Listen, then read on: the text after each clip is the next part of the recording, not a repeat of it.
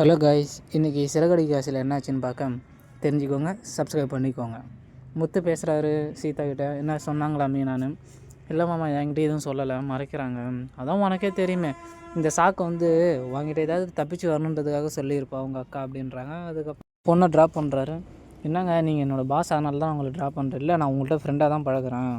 என்னங்க இப்படி பண்ணுறீங்க? இல்லை கூல், நான் சும்மா விளையாட்டுக்கு தான் சொன்னேன். நீ என்ன கண்ட பசங்க கூடலாம் வண்டியில் வரேன்னு சொல்லி அவங்க அம்மா திட்டேன். நம்ம குடும்பத்துக்கு மான மரியாதை பார்த்துக்கோ அப்படின்றாங்க. அதுக்கப்புறம் என்ன ஆண்டி நீங்கள் எது ப்ராக்டிஸ் கொடுக்கலையா அப்படிங்காங்க. நீ போய்ட்டு மூச்சு பயிற்சி பண்ணு, நான் வரேன்றாங்க. தேவையில்லாமல் என்ன இந்த இதில் சம்மந்தப்படுத்தாதீங்க. ஒரு சின்ன பையன் வாழ்க்கை அழிக்கிறதுல உங்களுக்கு என்ன சந்தோஷமோ தெரியல அப்படின்றாங்க.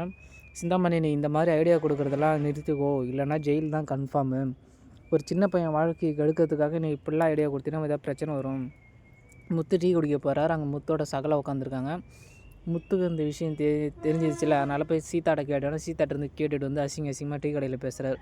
குழந்தை பேத்துக்கு வக்கு இல்லையா, நீலாம் என்னடா ஆம்பளை அப்படின்லாம் அசிங்கமாக பேசுகிறாரு. அதுக்கப்புறம் உடம்புல ஏதாவது பிரச்சனை இருக்குது அப்படி இப்படின்றாங்க.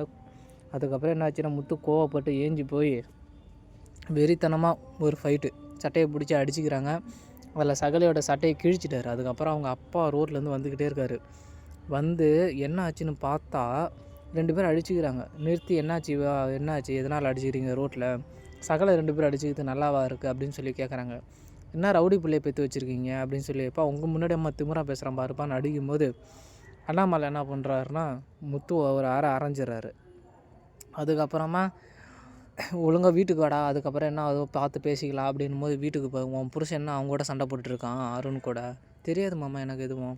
அவனுக்கு என்ன இது என்ன புதுசாப்பா, கார் ஓட்டுறது தான் புதுசு, இதெல்லாம் அவனுக்கு எப்பயுமே பழகுனது தான் அப்படின்றாங்க. தெரில மாமா, வந்ததுன்னா என்னென்னு கேட்போம் அப்படின்றாங்க. வீட்டுக்கு வராரு. என்ன ஆச்சு, ஏன் இப்படி சண்டை போட்டிங்க அங்கே? எல்லாம் ஒன்றால் தாண்டி அப்படின்றாங்க மீனாவை. மீனா அழுவிட்டே நிற்கிறாங்க. என்னாச்சு அப்படின்னு.